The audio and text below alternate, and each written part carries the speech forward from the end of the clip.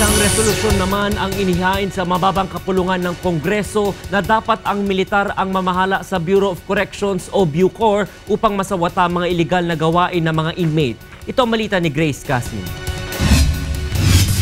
Nagbigay na rin ng suwestyon ng ilang miyembro ng House of Representatives kung paano mabibigyan ng solusyon ang problema sa irregularidad na nangyayari sa loob ng New Bilibid Prison. Sa House Resolution No. 27 na inihain ni Caloocan Representative Egay Erice, nais nitong agad umaksyon ng Pangulong Aquino ukol sa issue sa pamamagitan ng pag-takeover ng militar sa pamamahala ng Bureau of Correction. Binanggit sa resolusyon na ayon sa saligang batas, may kapangyarihan ang Pangulo na gumawa ng aksyon upang maiwasan ang mas malaking gulo. Subalit hindi sang-ayon dito ang Makabayan Bloc. Ayon kay Deputy Minority Floor Leader Nery Colmenares, ilang beses ng retired military personnel ang inilagay sa BUCOR. Subalit hindi pa rin nawawala ang mga iligal na gawain.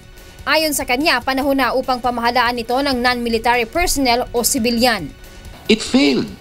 It's about time they put in a sociologist or a psychologist or somebody non-military or non-police.